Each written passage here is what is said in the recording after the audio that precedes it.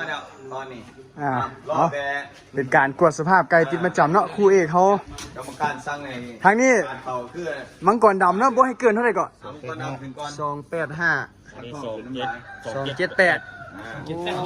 แรกมันก็หลายที่ ท้องทานบ่ 283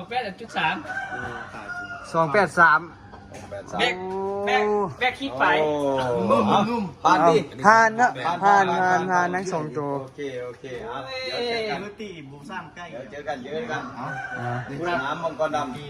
เท่าไหร่ก่อนของเฮาเท่าไหร่ก่อน ตัวนี้6ตัวนั้น5 4 มื้อนี้เบื้อง5เบื้อง4เนาะ เบิ่ง5เบิ่ง4เบิ่งนี้5เบิ่ง4 ขวา5ซ้าย4 อีกเต็มสุด ต่อกินเลย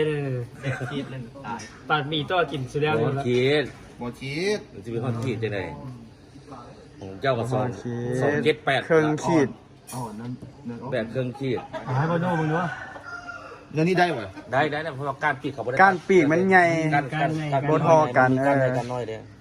คันมันบ่เป็นปลาสลามก็โอเคแล้ว บ่มีปีให้เข้าน่ะเฮาก็บ่เข้าปิ้งดอก มันก็ขี้เดี๋ยวบอกมึงว่าให้เข้าปิ้งก็ตายเลยเข้าปิ้งเนี่ย กัดอย่างเดียวตัวนี้น่ะผ่านเนาะ เข้าปิ้งก็ตาย